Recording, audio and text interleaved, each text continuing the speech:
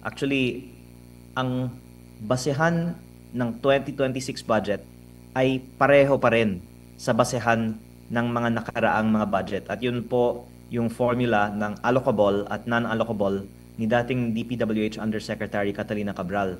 Ibig sabihin po, ang bawat congressman ay may alokasyon ng, sabihin na po natin, pork barrel na siya po ang pwedeng pumili ng mga project na minsan nangyayari din na sila din pumipili ng mga contractor para sa kickback. At pinalitan nila yung mga flood control. Pero meron naman po ngayon mga roads at iba pang mga slope protection, mga maanomalyang klaseng proyekto. Kaya hindi po natin masasabi na nabawasan ng korupsyon sa 2026 budget. Ginawa lang po ng paraan para hindi masyadong halata na. At nakakalungkot nga po na pagkatapos ng lahat ng mga protesta laban sa korupsyon sa DPWH, may lutuan ng bidding at may bentahan ng budget pa rin para sa 2026 budget.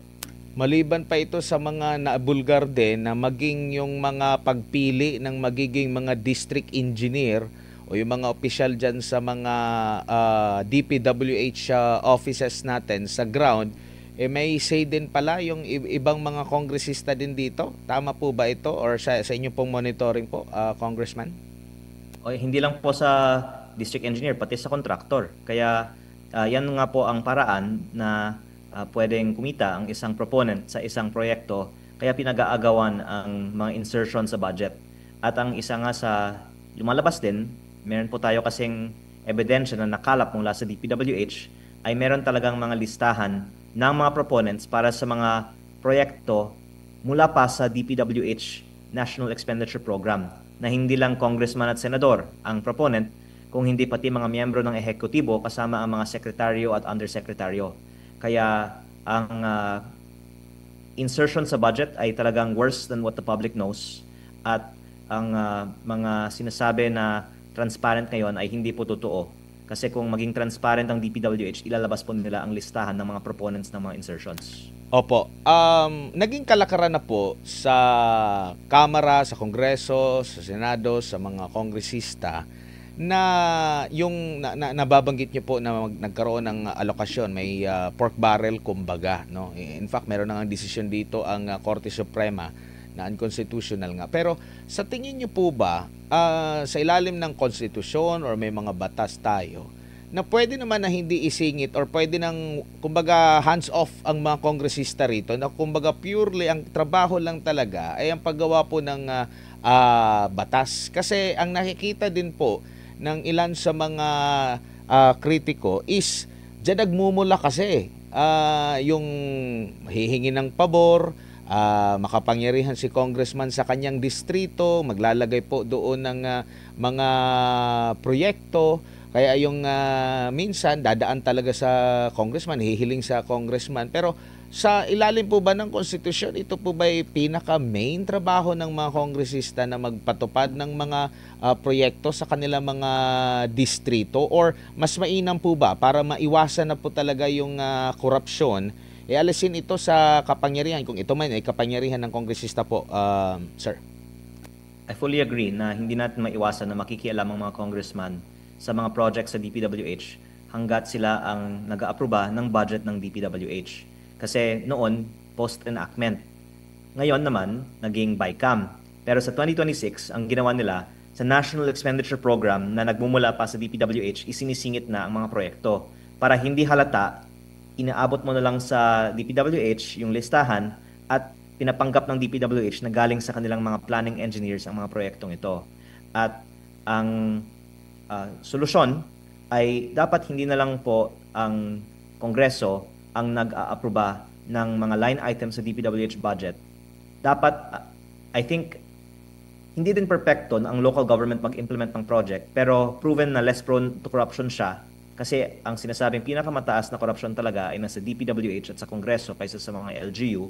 Kaya kung gawin na lang natin parehas sa national tax allotment o sa IRA natin ang funding ng mga projects, it will be, I think, a better solution, where currently we have an equation that allocates budget instead of a discretion. Kasi kung tingnan po natin yung allocation ng budget based on equation sa local government code, yan naman po ay nagiging epektibong paraan para mapondohan ng mga LGU sa buong bansa. At kung may discretion naman kasi ang Kongreso, magbigay ng malaking budget sa ilang distrito, mas maliit na budget sa ibang distrito, dyan po nagmumula ang korupsyon. Opo, meron po kaming nakakausap na mga mayor din. Meron silang nakikita na double standard eh.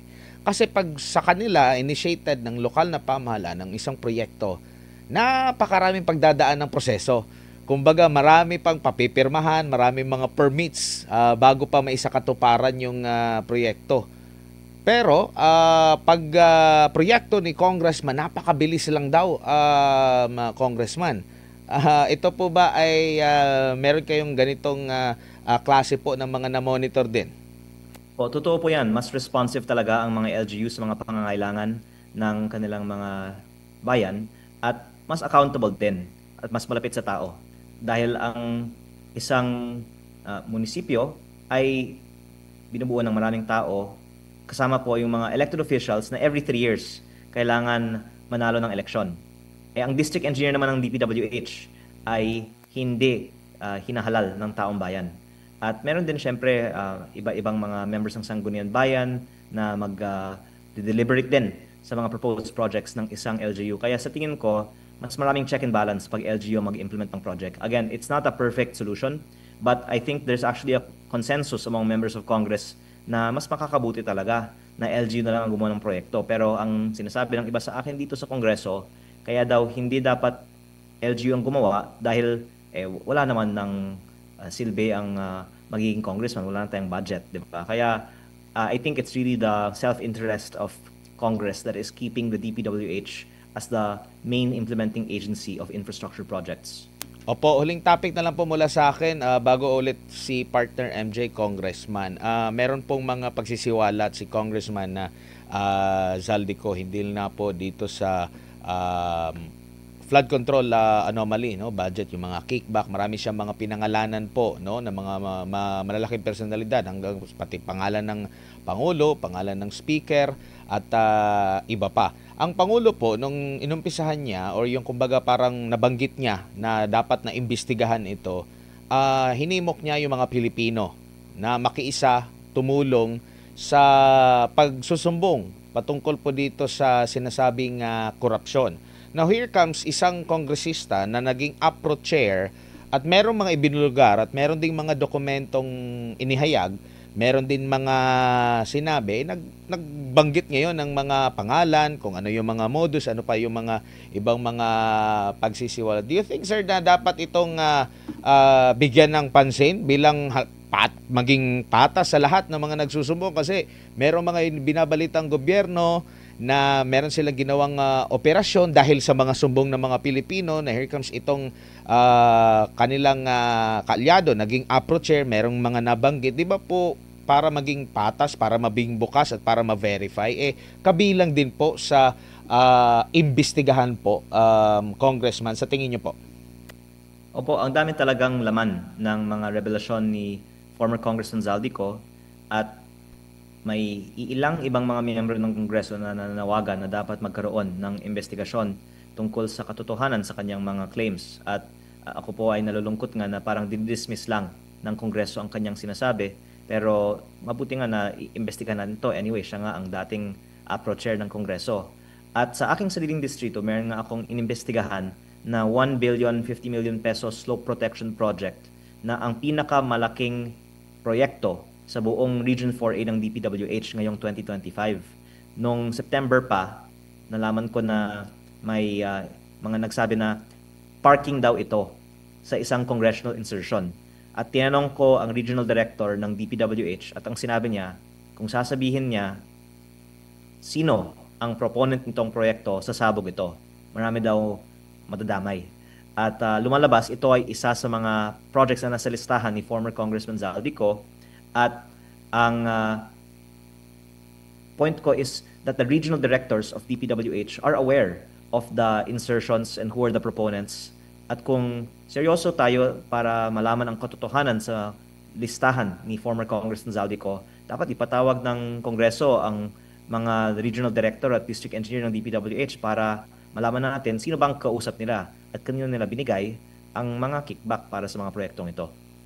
Po, kung on other topic naman, nag-viral po sa social media yung pong quick selfie ninyo kay Congressman Garjola. Ano bang storya doon, Kong? Ngayon lang nga siya umattend sa plenaryo after a few months at I took the opportunity to say hello pero parang paiwas siya.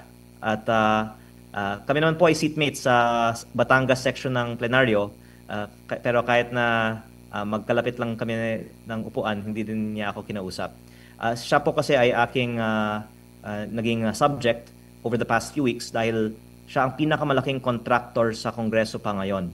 Pangalawa lamang kay former Congressman Zaldico, mas malaki pa kay Diskaya. At meron din akong nakalap na ebidensya sa DPWH na noong 2024 pa lang, meron ng listahan ng 22 billion pesos in projects na para sa mga kumpanyang konektado sa kanya sa 2025. Kaya ibig sabihin po talagang systematic ang bilihan ng bid ng project at lutuan ng bidding sa DPWH.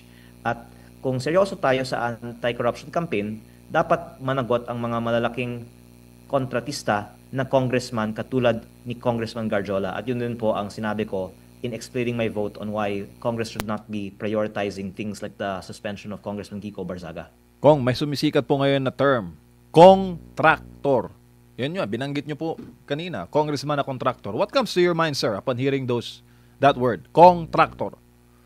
Actually, si Congressman Garjola nga ang pinakamalaking contractor ngayon. Kaya sana mula ngayon, pag gusto natin ng textbook example nito, tignan natin si Congressman Garjola. Mahigit 100 billion pesos kasi ang estimate na mga proyekto na nakuha niya mula sa DPWH at iilan dito ay nangyari dahil sa access niya sa Kongreso.